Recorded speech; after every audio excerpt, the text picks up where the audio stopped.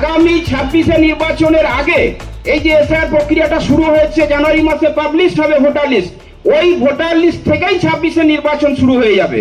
আপনি কোনোভাবেই আপনার নামটা আমার নামটা যদি বাদ পড়ে যায়, আমি কিন্তু আর এই 26-এ নির্বাচনে আর সংযোজন করতে পারবো না। পরে হবে, 27-এ হয়তো আবার ঢুকবে, কিন্তু 26-এ নির্বাচনেরটাই হচ্ছে ওদের মূল লক্ষ্য। অর্জুন সিং বিজেপির এক নেতা তো বলবো না, মনে হচ্ছে যেন পাঁঠা, তিনি কি বলেছেন যে আমাদের বীরভূম জেলার কাজল শেখের নাম নাকি 2022 সালে ভোটার লিস্টে ছিল না।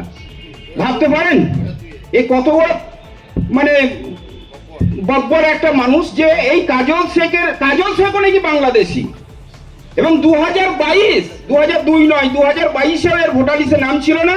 23-এ কাজল শেখ নাম তুলেছে, 23-এ পঞ্চায়েত নির্বাচনে লড়াই করে জেলা পরিষদের সভাধিপতি হয়েছেন। এই হচ্ছে এক বর্বর। এবং আমাদের দলের এক নেতা আবার দেখুন, বোলপুরের এক দাদা কি সহজে বললেন বলুন তো, এসআইআর হোক, এসআইআর কোনো প্রবলেম নেই, কি সহজে বলে দিলে দেখলেন। এও ঠিক ওই অর্জুন সিং আর এই শুভেন্দু অধিকারী এও এক ধরনের, এও এক নেতা, কত সহজে যে এসআইআর নিয়ে মমতা ব্যানার্জি এবং অভিষেক ব্যানার্জি তারা রাজপথে নামবে, মঙ্গলবার কলকাতার পথে হাঁটবেন, সেই এসআইআর সম্বন্ধে বোলপুরের দাদা কি বলছেন, এসআইআর কোনো সমস্যা নেই, কোনো প্রবলেম নেই, এসআইআর হোক।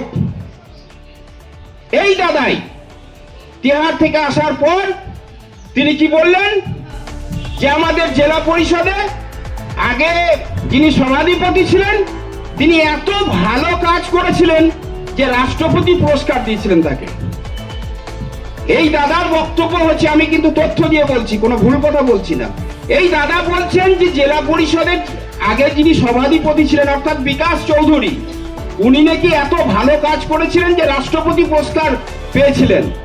তো দাদা, এখানে যে আমার একটা প্রশ্ন বোলপুরে দাদার কাছে, যে ওই রাষ্ট্রপতি পুরস্কার প্রাপ্ত সভাধিপতিকে 1 বছরের জন্য বনবাসে কেন পাঠিয়েছিলেন? কেন তাকে সভাধিপতির আসনে বসতে দেওয়া হয়নি? এটাকে আপনি ভুলে গেলেও আমরা যে ভুলিনি দাদা। আপনি আরো কি করছেন, যেখানে আপনার মমতা ব্যানার্জি কোর কমিটি তৈরি করে দিয়েছে জেলা পরিচালনার ক্ষেত্রে, নিজে কেউ কোনো সিদ্ধান্ত নিবে না, সেখানে আপনি কি করছেন, দুবরাজপুরে কিছু কাউন্সিলর মানে গন্ডগোল পাকাচ্ছে, তাদেরকে আপনি বোলপুরে ডেকে ওখানে কোর কমিটি তৈরি করে দিচ্ছেন। অথচ আশিস ব্যানার্জি কি বলছেন, যে না, এই ব্যাপারে কোনো কোর কমিটির কোনো সিদ্ধান্ত নেই। আপনি কি ভাবছেন সেই একই রকম একই গতিতে যেভাবে আপনি বীরভূম জেলার মানুষকে শোষণ করেছেন, যেভাবে তৃণমূল কর্মী যারা প্রকৃত তৃণমূল তাদেরকে ছাঁটাই করে দিয়ে 2014 সালের মালগুলোকে বড় বড় পদে বসিয়েছেন, একজন কর্মীকে 7-7টা পদ, তারা বলছে যে আমরা রাখাল হয়ে থাকতে চাই। ভাবতে পারেন কতগুলো পদ দেওয়া হয়েছে, সে বলে কিনা এই দাদার আমি রাখাল হয়ে থাকতে চাই। ভাবতে হবে, সারা পশ্চিমবঙ্গে একটাই মাত্র প্রার্থীর নাম ঘোষণা হয়েছে, তাও দলের পরিকাঠামো সবকিছু মেনে।